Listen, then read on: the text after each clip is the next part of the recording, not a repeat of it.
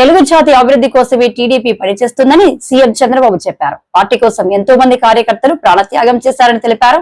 ఎత్తిన జెండా దించకుండా పోరాటం చేశారే తప్ప వెనకడుగు వేయలేదన్నారు.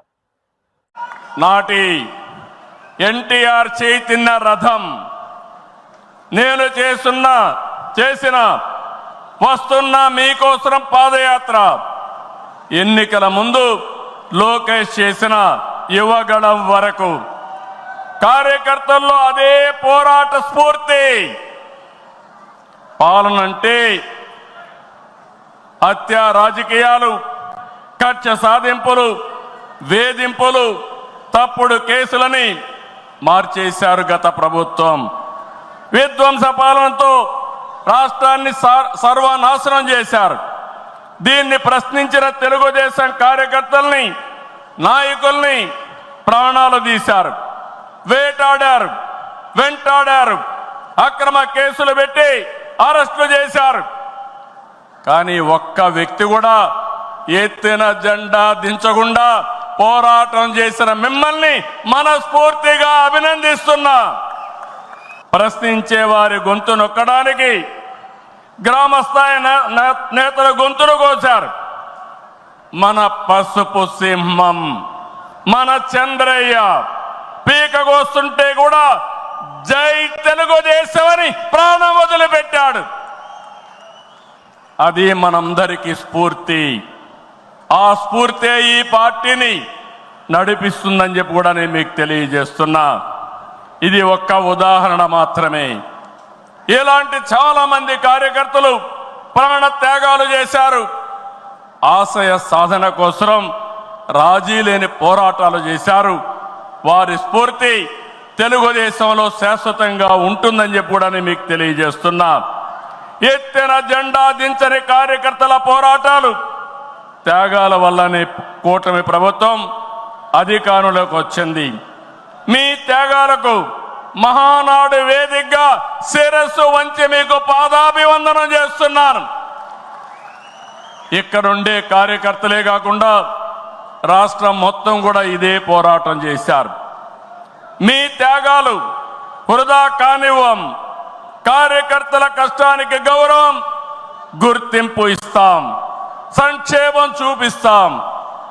ఈ రాష్ట్రాన్ని దశ దిశ మార్చే కార్యక్రమాలకు శ్రీకారం చుడతాం. దేశంలో అనేక రాజకీయ పార్టీలు ఉన్నాయి. కానీ మహానాడుల వేలాది మంది ప్రతినిధులతో మంచి చెడులు, విధానాలు, ఆలోచనలు చర్చించుకునే ఏకైక పార్టీ తెలుగుదేశం. ప్రతిపక్షంలో ఉన్న, అధికారంలో ఉన్న మహానాడు అంటే అదే జోరు, అదే హోరు. మీ ఉత్సాహం చూస్తే నా మనసు ఉప్పొంగుతా ఉందని చెప్పి తెలియజేస్తున్నా.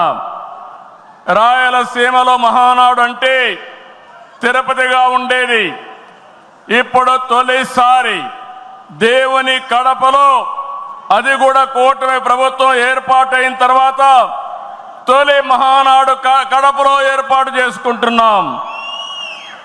ఈరోజు కడప గడ్డపై జరుగుతున్న ఈ మహానాడు చూస్తే ఎన్నికలై ఏడాది జరుగుతున్నా మీలో ఆ కసి, ఉత్సాహం, ఉద్వేగం ఏమాత్రం తగ్గలేదు. నేను చాలా మహానాడు చూశాను. దగ్గర మనం చూస్తే 34 మహానాళ్ళు మనం జరుపుకున్నాం. 2 మహానాళ్ళు డిజిటల్గా జరిగాయి. అయితే ఈసారి కడపలో, దేవుని గడపలో జరిగే మహానాడు ఒక చరిత్ర సృష్టించబోతుంది. సువర్ణాక్షరాలతో ఆంధ్రదేశ రాష్ట్ర ఆర్థిక పరిస్థితి ఒక దశ దిశ నిర్దేశిస్తుందని చెప్పి తెలియజేసుకున్నా. ఈరోజు చల్లని వాతావరణం. అన్ని మహానాడులంటే చాలా వేడివేడిగా ఉండేది, ఎండలు ఎక్కువ ఉండేటివి. ఒక ప్రశాంతమైన వాతావరణంలో, ఆహ్లాదకరమైన వాతావరణంలో ఈరోజు కడపలో మహానాడు జరుగుతా ఉంది.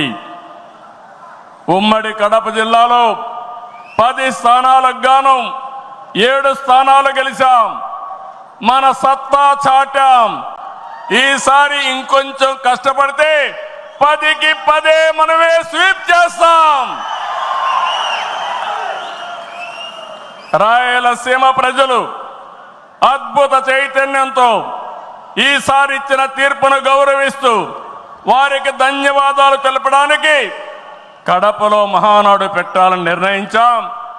ఈ మహానాడును మీరు చూస్తే బ్రహ్మాండంగా చేసిన నాయకులకు కార్యకర్తలకు మనస్ఫూర్తిగా అభినందనలు, కృతజ్ఞతలు.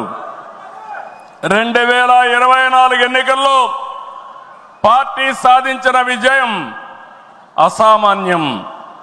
93% స్ట్రైక్ రేట్, 57% పైన ఓటు షేర్తో కొత్త చరిత్రను సృష్టించాం. ఇది ముమ్మాటికి కారణం పసుపు సైనికులే. ఇక్కడుండే మీ నాయకత్వమే కారణమని మీ అందరికీ విజ్ఞప్తి చేస్తున్నాం. మీరు చేసిన పోరాటాలే నేటి అధికారం, మీ త్యాగాలే నేటి ఈ స్థానం. ఇది కాకుండా సమయానుకూలం మనం ఎప్పటికప్పుడు స్ట్రాటజీ కూడా ఆలోచించినప్పుడు జనసేన బీజేపీ పొత్తు పెట్టుకుని ఎన్డీఏ ఏర్పాటు చేసుకున్నాం. దానివల్ల కూడా ఈరోజు ఈ మహా విజయానికి దోహదం చేశాయని చెప్పి విజ్ఞప్తి చేస్తున్నాం.